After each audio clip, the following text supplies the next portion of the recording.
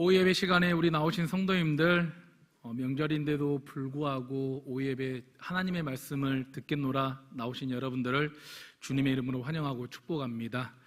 명절에 더 풍성한 음식과 용돈이 차고 넘칠 줄 믿습니다.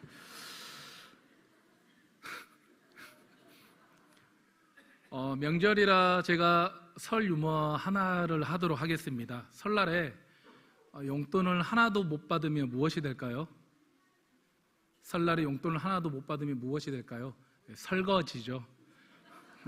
그래서 우리 사랑하는 자녀, 또 친척, 가족, 자녀들이 설거지가 되지 않도록 용돈을 주시기 바랍니다. 오늘 본문의 말씀은 어린아이를 통해서 예수님께서 하나님께 나오는 자는 어떠한 모습으로 나와야 하는지 우리에게 교훈하고 있는데, 이 어린아이들의 그 특징을 통해서, 그리고 어린아이들을 통해서 우리가 깨닫고 교훈받아서 하나님께 어떻게 나아가야 하는지 이 시간 은혜 나누도록 하겠습니다. 15절에 먼저 보면 사람들이 예수께서 만져주심을 바라고 자기 아이들을 데리고 예수님께 나아가죠.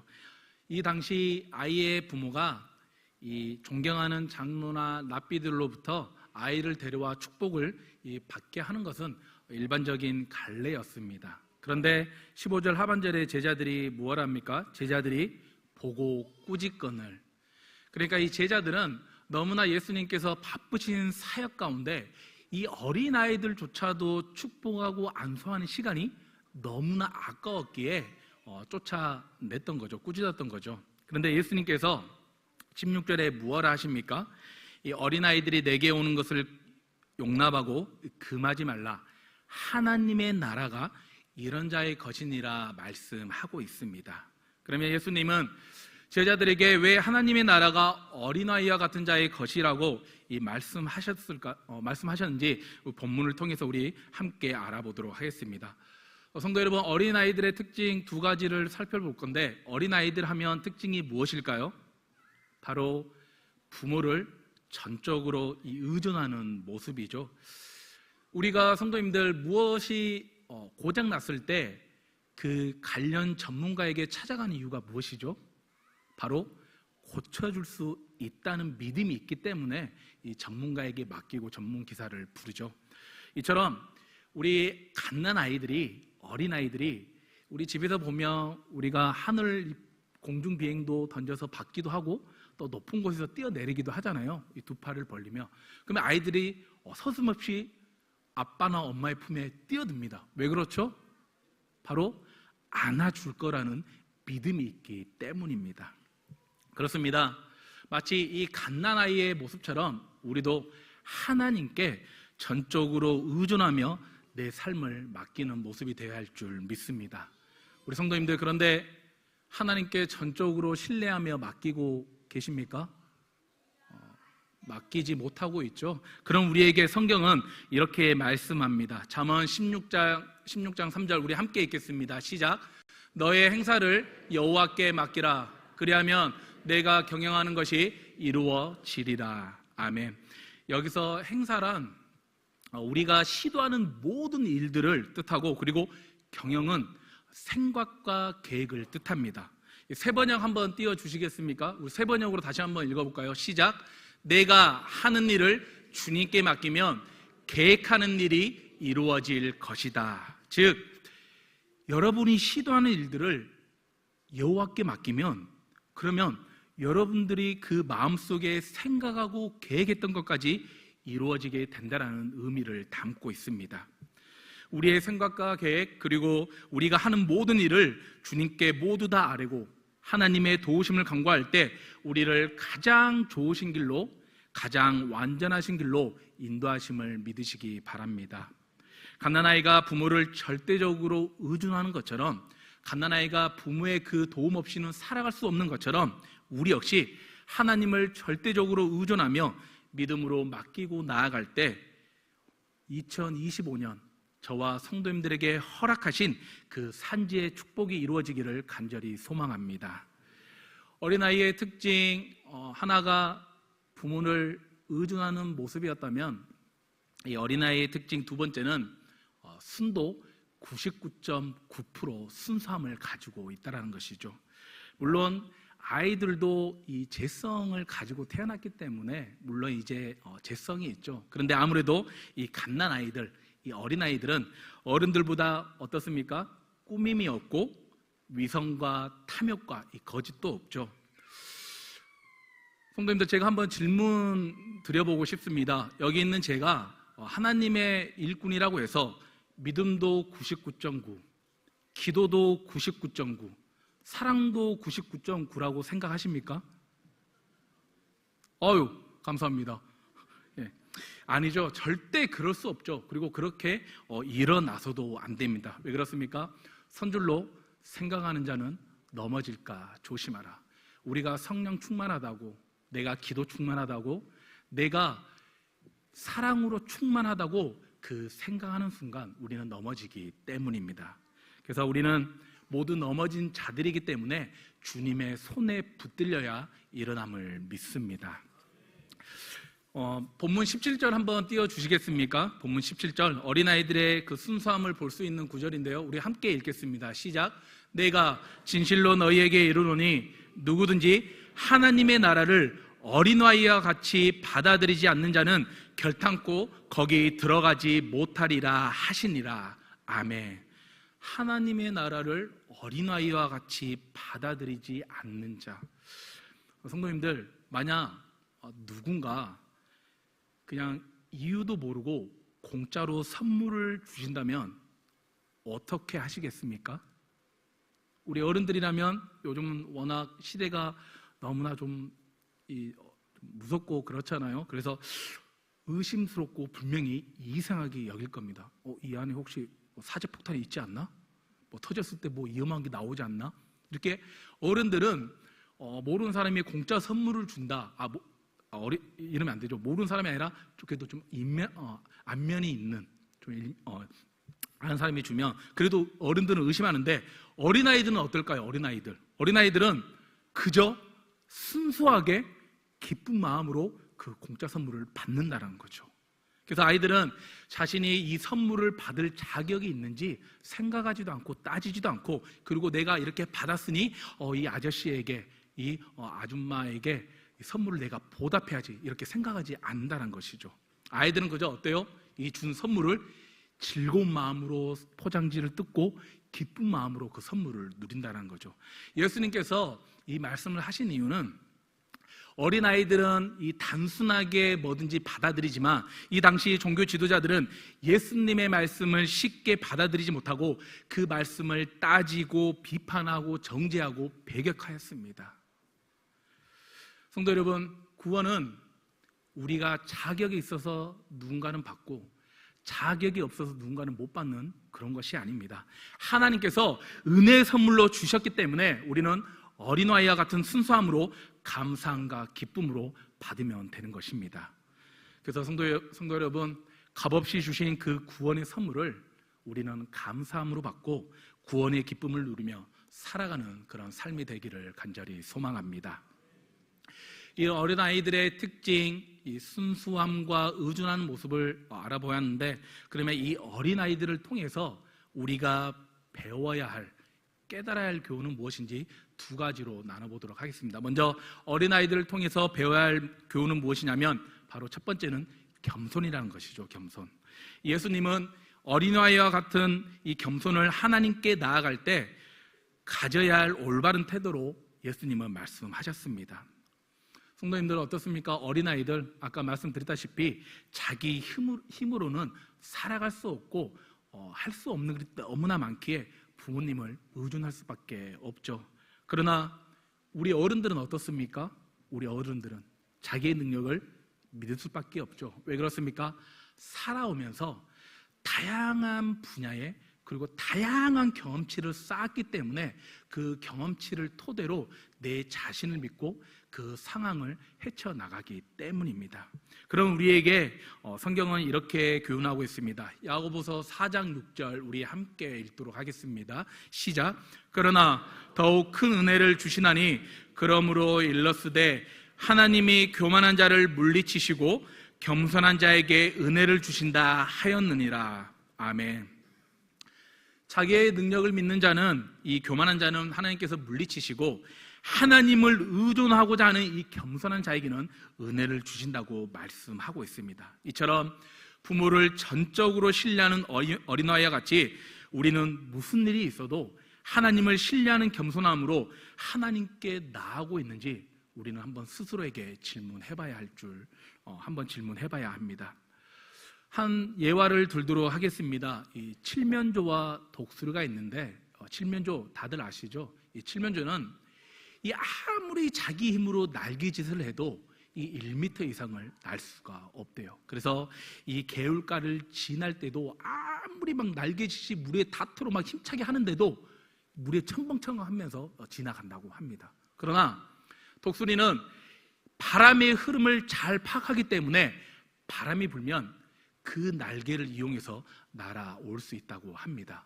그래서 폭풍이 오면 다른 새들은 그 폭풍 때문에 두려워 날지 못하지만 오히려 독수리는 그 폭풍을 이용해 더 높이 날아올 수 있다고 합니다. 성도 여러분, 우리는 마치 어리석은 칠면조처럼 인생의 높은 곳을 날아오르기 위해서 칠면조처럼 그렇게 발버둥치며 살아가고 있지 않습니까?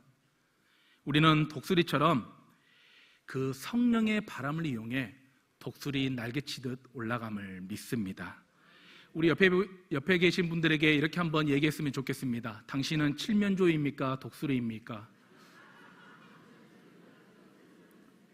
네, 성도 여러분, 어린아이와 같이 하나님의 도우심을 필요로 하는 그 겸손함으로 2025년에는 성령의 바람으로 높이 날아오는 우리 성도님들 되기를 간절히 소망합니다. 어린아이를 통해서 배워야 할 교훈, 이 두 번째는, 첫 번째가 겸손으로 하나님을 우리가 신뢰하고 나아간다면 두 번째는 바로 절대적인 신뢰입니다. 어린아이에게 성도님들 다 여기 지금 계신 분들 자녀를 낳으시고 또 기르셨고 또 누군가는 손주까지 보신 분들도 계신데 자녀에게, 어린아이에게, 갓난아이에게 엄마는 어떠한 존재입니까?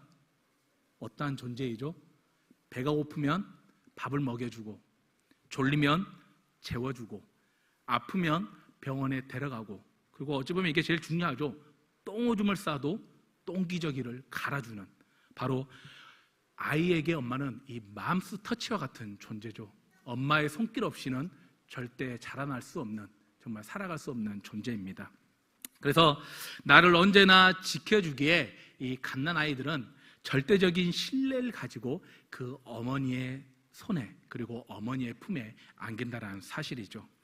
이 다음 내용에 보면, 우리 오늘 본문에 읽었던 다음에 보면 이 부자 관리에 대해서 나오는데, 예수님께서 이 부자 관리가 찾아와 이 영생을 어떻게 하면 얻을 수 있냐 질문을 하죠. 그래서 예수님께서 계명을 다 지켰냐? 다 지켰습니다. 그러니까 너가 한 가지 부족한 것이 있는데 너의 재물을 다 팔아, 그러면 하나님 나라에 갈 수 있다, 이런 식으로 얘기를 하는데, 근데 그 부자가 재물이 많은 거로 근심하며 돌아갔다고 나오고 있습니다. 그렇습니다. 이 부유한 관리는 자기의 재물이 너무 아까워서 나눠주지 못했죠. 그런데 어린아이들은 어떻습니까? 어린아이들, 갓난아이들, 돈이 뭔지도 모르죠. 그냥 주니까 잡고 있어요. 그래서 엄마가 주라면 주죠. 물론 이제 조금 커서 살짝 어린아이들은 그 돈을 알아도 가치를 제대로 모르기 때문에 엄마에게 맡기곤 하죠. 여기서 내가 아끼는 재물이 돈만 의미하는 것이 아닙니다. 하나님보다 더 소중하게 여기는 것이 곧 재물이라고 다 말할 수 있죠. 그 소중한 것 중에 하나가 무엇일까요? 바로 자녀이죠. 자녀. 성도님들, 자식 농사 쉽던가요? 어렵죠. 내가 아무리 땀 흘려서 물 주고 사랑의 걸음을 주고 키웠건만 우리 성도님들이 원하는 대로, 뜻하는 대로 그렇게 농사의 열매를 맺으셨나요? 아니죠. 고린도전서 3장 7절에는 우리에게 이렇게 교훈하고 있습니다. 우리 함께 읽겠습니다. 시작. 그런즉 심는 이나 물 주는 이는 아무것도 아니로되 오직 자라게 하시는 이는 하나님 뿐이니라. 아멘. 식물을 키우시는 성도님들 계실 텐데 식물을 키울 때 소중하게 키우시잖아요. 물도 주고 또 분갈이도 하고 저는 이제 그런 화분 쪽이 잘 몰라서 우리 권사님들 하시는 말씀이 들어서 좀 얕은 지식을 말하는데, 그리고 또 햇빛도 받을 때는 받게 하고 또 햇빛 안 받게 할 때는 안 받게 하고 그렇게 막 정성스럽게 키우는데 어때요? 마음처럼 쉽지가 않죠.